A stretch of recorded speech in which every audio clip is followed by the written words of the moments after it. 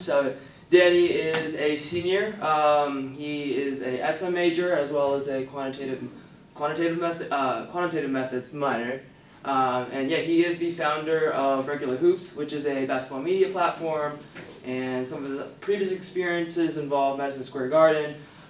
He's worked at Overtime as well as American Express. So today, Alejandro will be moderating the event. So without further ado, take it away. Yeah, so thank you guys all for being here, and Danny, thank you so much. We're so happy to have you back. Obviously, you know, you're one of the co-founders of the club too, and you know, it's so cool to have you as a speaker. So yeah, thank you for that. I guess we want to start a bit before we get into Regular Hoops, just to learn a bit more about kind of your background, where you're from, maybe where your family's from, and kind of how that's affected how you've developed as a professional, you know, in your career. Yeah, of course. First off, thank you again for everybody who made time to be here. I really appreciate you managing the weather, and it's cool to be back speaking at SBIC. I would have never expected this when I first making it with Diego and Alana like two and a half years ago. We were meeting like every day at 9 p.m. on Zoom during the pandemic just to set the framework. So it's cool to come full circle and see it come to life. To answer your question, Ale, I'd say my parents, they immigrated from Lebanon, came here for a better life. They were really big believers in the education system.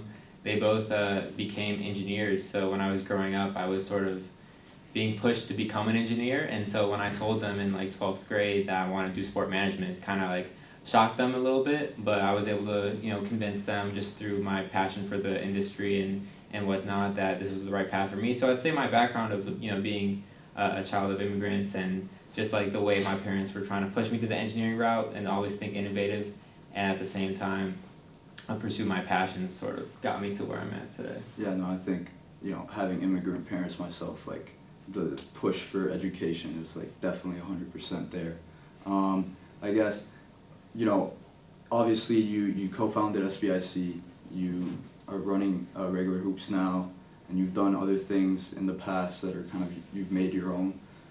Did you grow up with a passion for kind of building things, entrepreneurship, or is that something that you've kind of developed now? And you know, what do you attribute to that, I guess? Yeah, I've always wanted to like make my own business and whatnot. And then growing up, like I wanted to find that thing, but I could never find it. Like I could never figure out what I wanted to do exactly. So I'd say I spent most of my time just learning a bunch of things. And I think even when I got to college, I was just like learning about the industry, learning about sports. I didn't even know what an agency was when I got here as a freshman. I thought the whole industry was like you become a sport agent or you're an athlete. So kind of came into the industry very naively and just was learning along the way. To kind of touch on your point again, I'd say like when I got here, just from my experiences around, I realized like, hey, if I really want to get to where I want to be, I have to take initiative and kind of create my own opportunities. So that's what first started off with SBIC, and then just led to this like naturally. So I'd say just from learning and then figuring things out along the way led to that kind of entrepreneurship mentality. Right. And you know, speaking of SBIC, how was that kind of process for you? You know, co-founding a club, you know, where we've come now, and you've also kind of moved away from the club a bit to focus on things like Regular Hoops. So how did that decision also come about? And you know, why and how do you feel about that now? Yeah, man, you about to expose me. No, we understand. I'm playing. So just for context, Diego, Alana, and I started SBIC after our freshman year.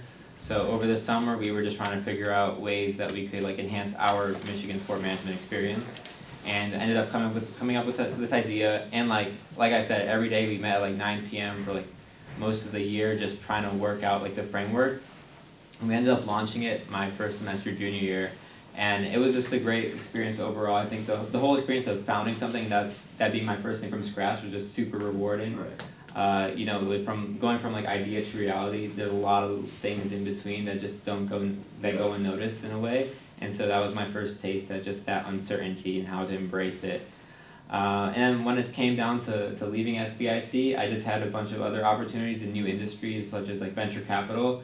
that I just couldn't pass up on, and I was really confident in the leadership in Diego and Alana, and seeing you and Enoch take over and everybody else here today, that like I felt comfortable taking a step back, and just it's grateful to see everybody here today almost. Yeah. That like, oh, I was able to leave, but the org still is like thriving as it is today. Right, yeah, and we're happy to have you as well. I guess, you talked about venture capital and kind of interests outside of sports. I remember seeing you in New York when you were interning for Amex, and now you've kind of signed with them full time. So, what went into that? Why did you choose a career outside of sports? And what are some of the things you like about Amex that you can kind of share with everyone?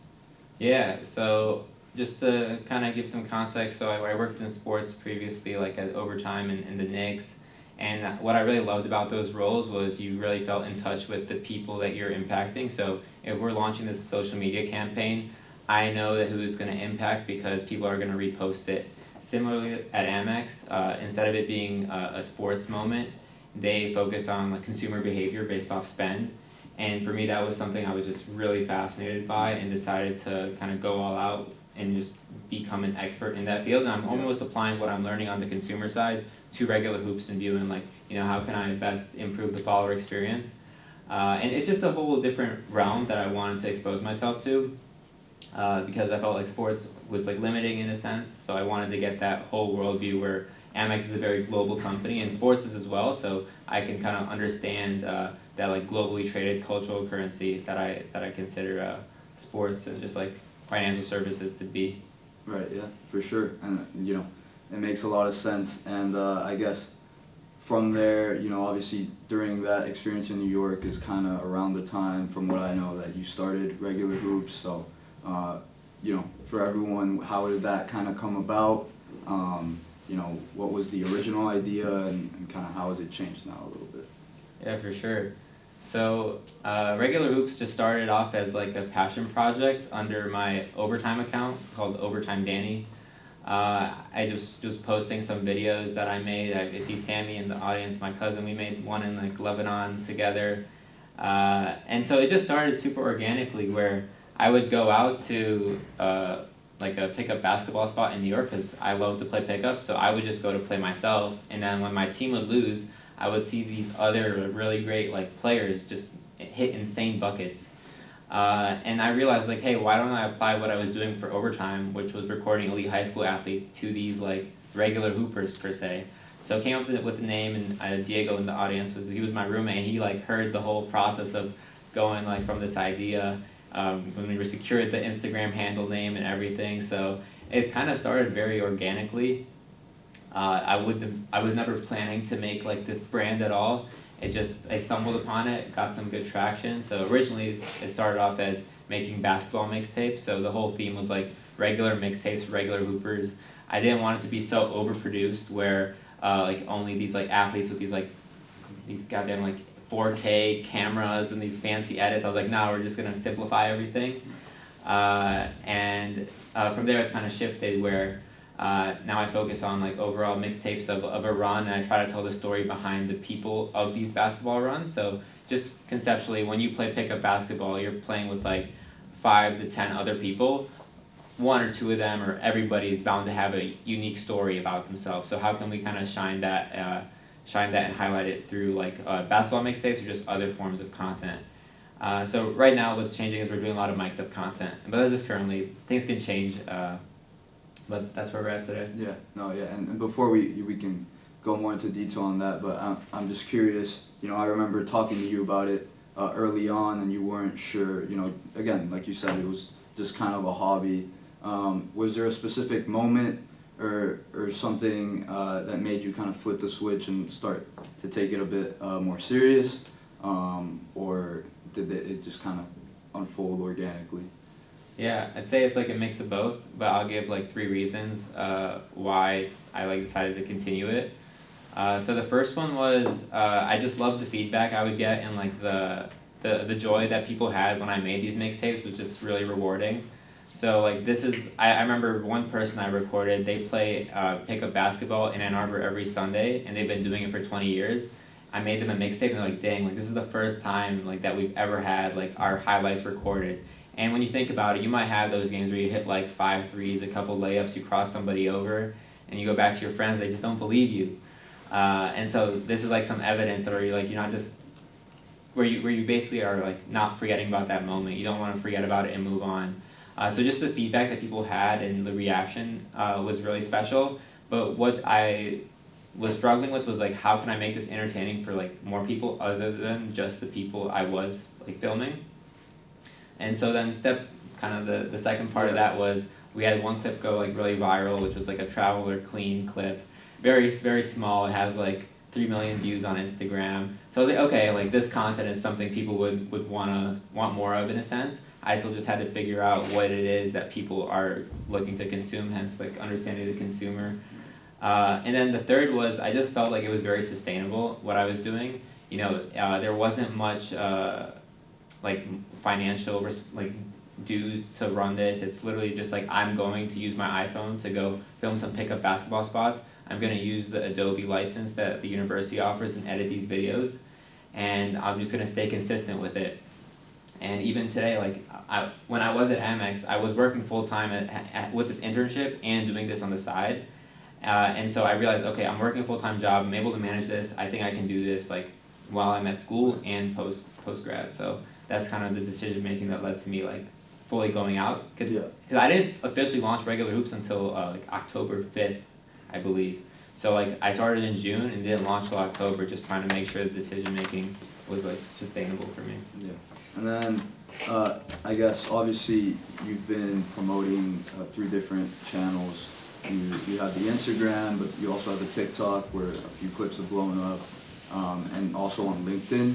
So how has it been, managing those different platforms, and have you found any, cater more or less to your content? I guess, just any feelings you have towards the different platforms and kind of that experience as well. Yeah, so Regular Hoops posts on every single platform you can think of.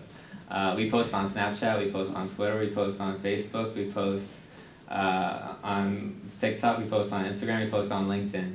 And so with each one, I try to be really strategic with like the type of content I'm putting out to cater to the followers or the users on those platforms. So on Instagram, for example, it's like longer form mixtapes. And then on TikTok, I take those longer form mixtapes and I cut them up into like 5 to 10 second clips. And that goes on like TikTok and Snapchat, Spotlight and such, and Facebook Reels. And then from there, like LinkedIn kind of came about, where when I started what I was doing, essentially the mixtapes of like that 1 or 2 people who like only they would care about the mixtape, I realized, hey, that content might actually fit better on LinkedIn, because people get to show their passion for basketball to their like professional connections, and a couple people here have been featured on that LinkedIn content as well. So it's just cool to see, because it goes it dives deeper, where like it's not just the mixtape on LinkedIn, it's like a mini interview really diving deep into that passion for basketball. So like, why did you start playing basketball? Instead of saying, why do you like basketball? It's like, why did you start? What was your favorite moment? What's your favorite sneaker to play in? What's the story behind your favorite number? So that type of content works better on like a LinkedIn per se than it would be on a TikTok. Right. So I'm just trying to be really strategic with how I approach every single platform, and I'm still figuring it out. Where we post on YouTube too, YouTube Shorts. But like, so for example, Twitter, I'm like reposting the TikToks, but it gets like no traction. I have to figure out what that Twitter voice is.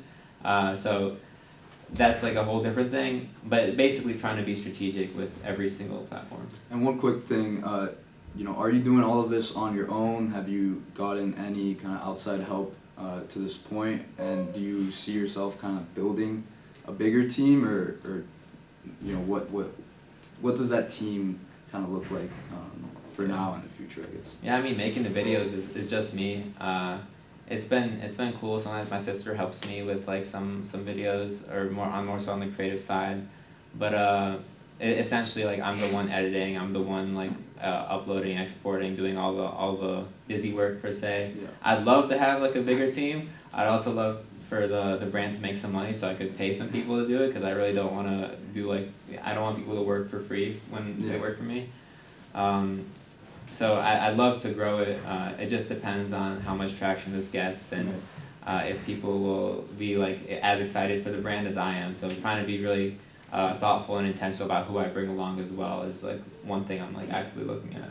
Yeah, and I mean, you're definitely on the way there. You've already had a few viral moments, like we mentioned. What was it like, you know, having that first video really blow up, and you know, did that kind of influence you taking it even more seriously, or you know, how was that experience like for the first time?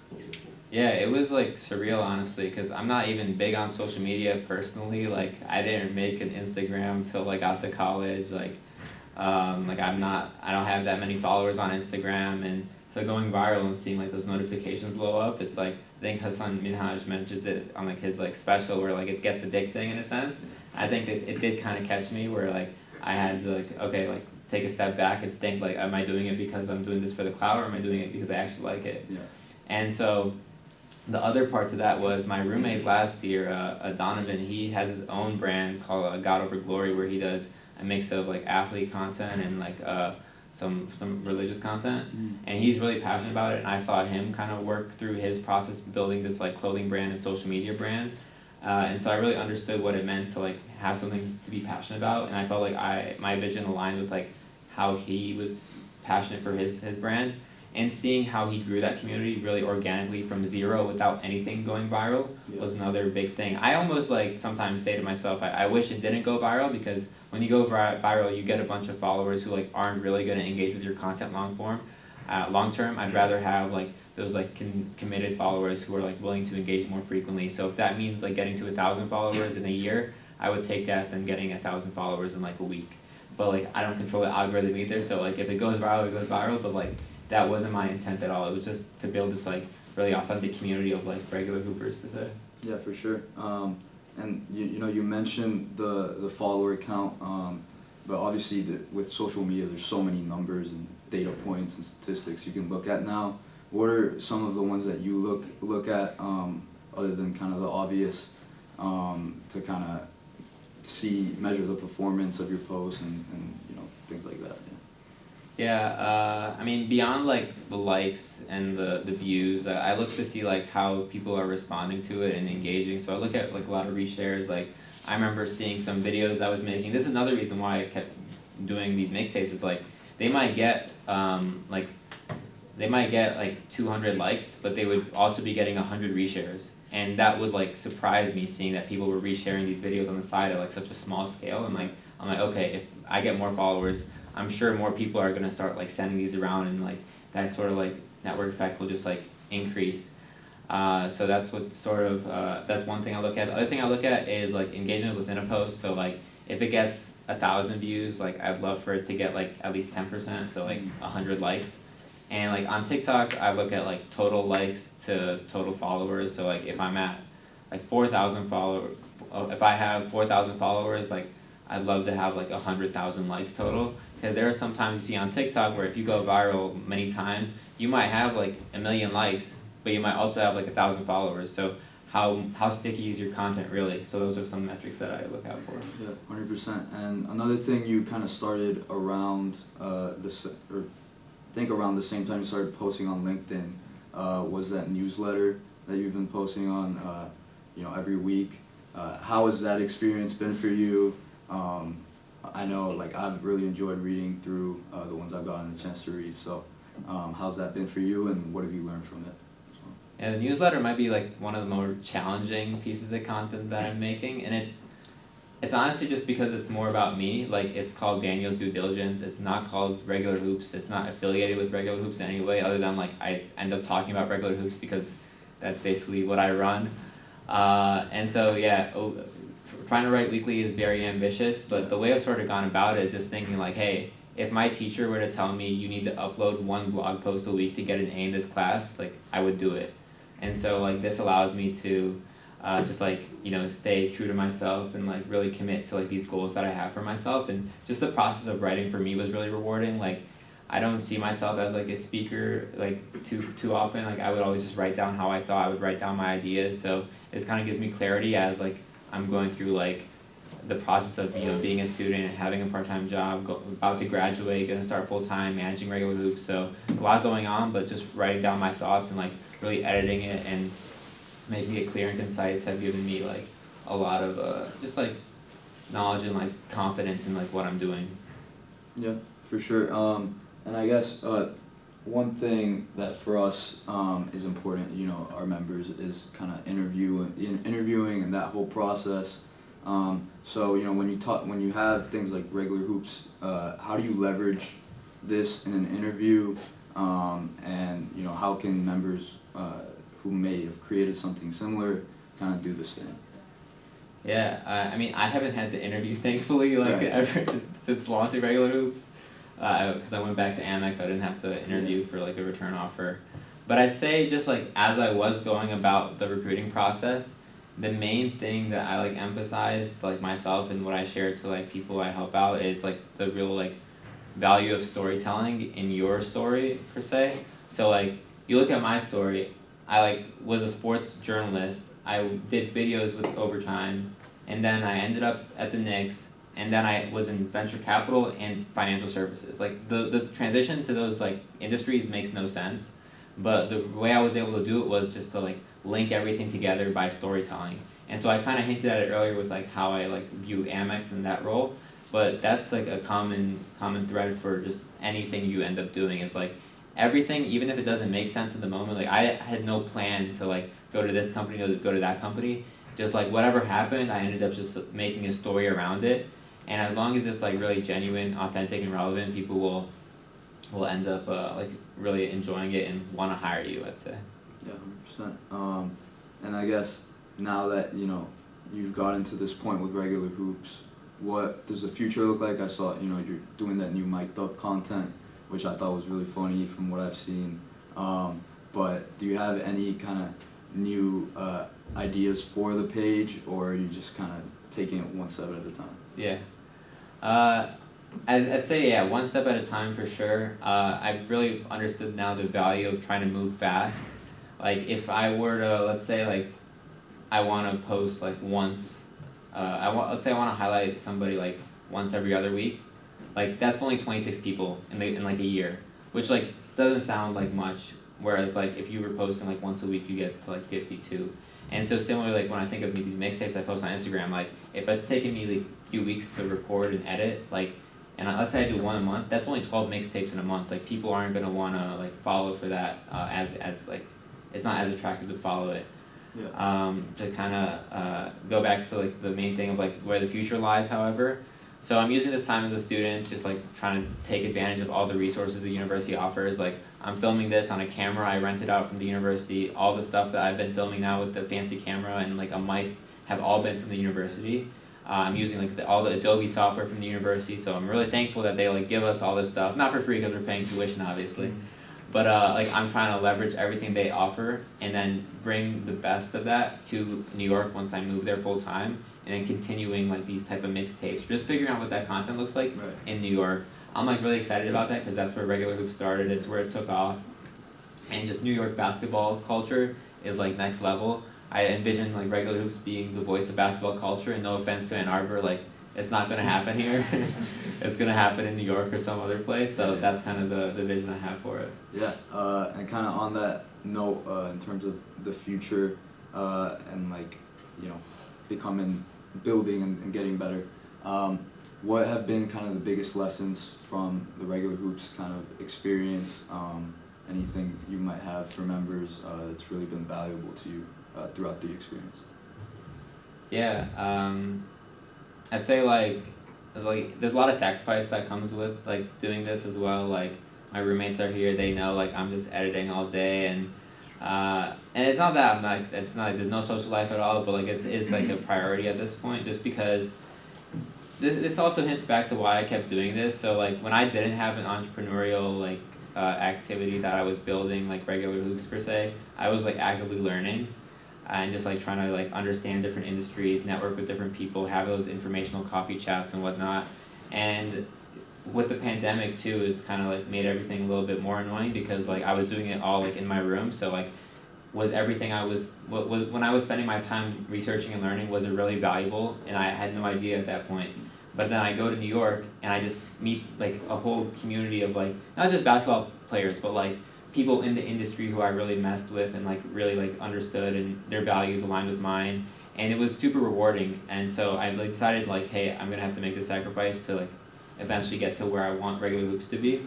Yeah. So that's like one lesson. And I'd say the other thing is like, you can really just like take initiative with like whatever you want to build. Like nobody's stopping you. When I made SBIC with Diego and Alana, like we were in the rooms with like all the other SM like student org leaders. And why were we in that room? We were like sophomores. We had just started. It was literally just because we decided to have this idea and start it. So we were always the youngest in that room. Even like me being here today, why am I here today? I've made this brand, people are like liking it, and I'm really passionate about it, so like you guys want to hear like more about it. Like that's very like anybody else could do that. Mm-hmm. I'm not saying it's like easy to build at all. It's just like if you have something you're passionate about, just go for it, because you never know where it'll take you. Yeah, 100%. Well, we really appreciate you speaking to us, and yeah, if anyone has any questions.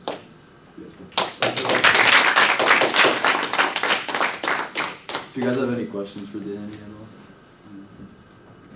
all. Yeah, Ian. So I know you were talking about like the content of regular hoops and driving it towards like the mic'd up stuff, and obviously like there's been a lot of different iterations of the content. How do you balance making content that you enjoy versus making content for your followers that you think will do well? Yeah, it's the algorithm versus artistry. It's like a little blog post. No, it's tough, because like you want to make content that's like interesting and like entertaining, but you also want it to like work with the algorithm, or like work to like acquire new followers or people who will engage with the brand. My whole process and my whole like thought on it is like, I'm just gonna make content that I find interesting and that's dope. And I think like in the long term, as long as the content is good, like people will follow it, or like the right people will follow it. And I think that's just a trend of like, I grew up like watching YouTube, like addicted to it at this point. Like I saw what creators did that like worked really well. I saw what they did that just like didn't work out. And so I just feel like I've seen enough to where like I can maybe figure it out. Maybe not. Maybe this basketball stuff is like not entertaining. Maybe people just won't care about like regular people playing basketball at all. But it's like something that I'm interested in. I'm passionate about it. I think I'm hoping like that passion will like show through the content that I'm producing, and hopefully be able to build a big enough community without having to sacrifice and become like sell out like some like YouTube thumbnails that are just like something crazy. Like I don't really want to do that with this type of content. I want it to be more like grassroots, organic, and have people who really are like genuinely excited to engage with it. All right. If no one has any more questions.